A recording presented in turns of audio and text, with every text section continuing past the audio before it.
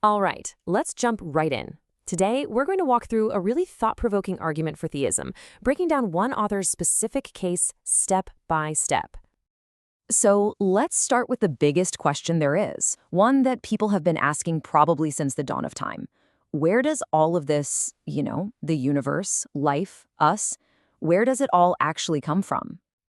The way this author sees it, you've basically got two fundamental explanations to choose from. And for them, the evidence we can see with our own eyes points pretty clearly in one direction. Now, the crucial thing to get here is that the author isn't trying to offer some kind of absolute mathematical proof. It's more about making a case for what's reasonable. They're saying, look, if you just take a step back and look at a few basic, observable facts about our world, the idea of a creator actually starts to feel like the more logical fit. So, what are those facts? The entire argument really rests on four key observations, and the cool part is you don't need a telescope or a PhD to see them. Let's start with the first one, which gets right down to the nature of existence itself. First up is the classic argument from cause and effect.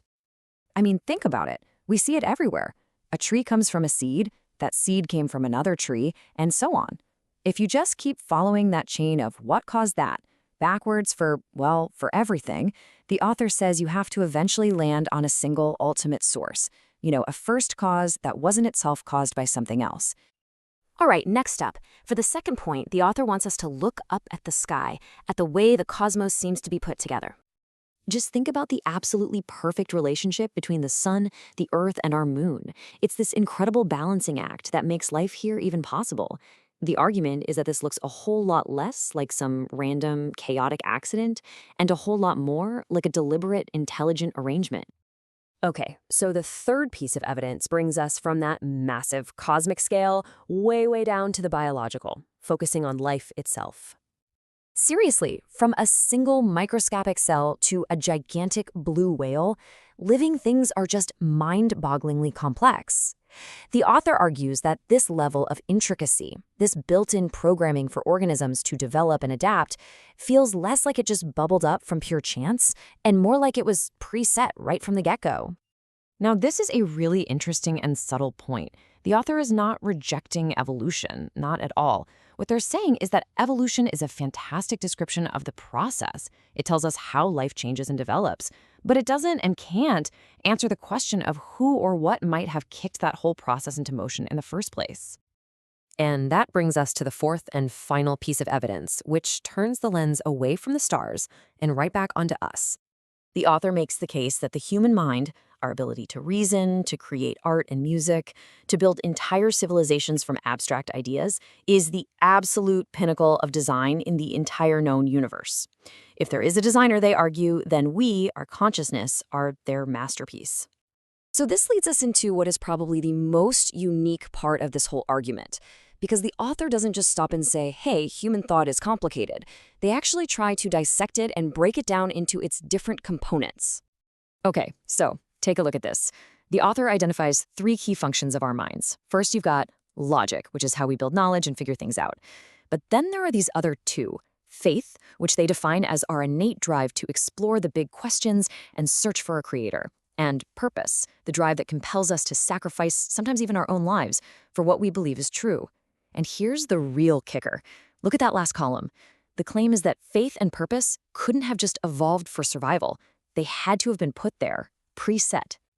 So, to put it another way, the author is asking, why on earth would natural selection produce a creature that instinctively looks for God and is willing to die for an idea? Their answer is simple. It wouldn't. For them, these specific traits are like a designer's signature, pointing directly back to an external source that intentionally placed them inside us. Okay, so with those 4 points, the author has laid out their case.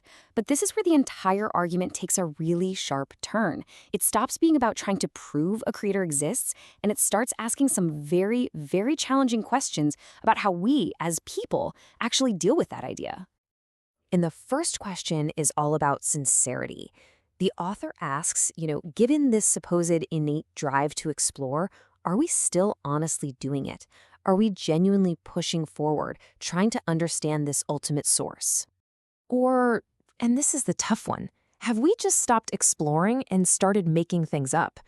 Creating systems, gathering followers, and using our made-up theories about the creator to gain power or other benefits for ourselves. And this last question is a total bombshell because it takes aim at everyone.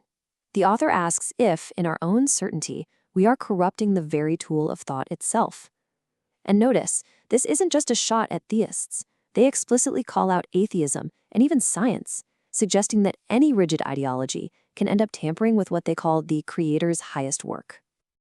So after laying all this out, the evidence, the hard questions, what's the final takeaway? Well, the author doesn't demand that you agree with them. Instead, they issue a kind of call to action. And this is their proposed path forward. For theists, the message is pretty blunt. Stop making up stories. For atheists, stop the wild speculation. And for scientists, keep using your amazing tools for practical good, but maybe don't slam the door shut on exploring the bigger picture. It's really a call for intellectual humility from absolutely every side. Because ultimately, the purpose of this whole argument isn't really to win a debate. It's to get us to stop the fighting. It's to encourage all of us to step back from our fortified positions and just get back to the shared human project of exploration, together and peacefully. And that leaves us with one final thought to really chew on. Maybe, as this author suggests, the most important question isn't about what we believe at all. Maybe the real debate is about how we choose to search for answers, with conflict and certainty, or with humility and a shared sense of wonder.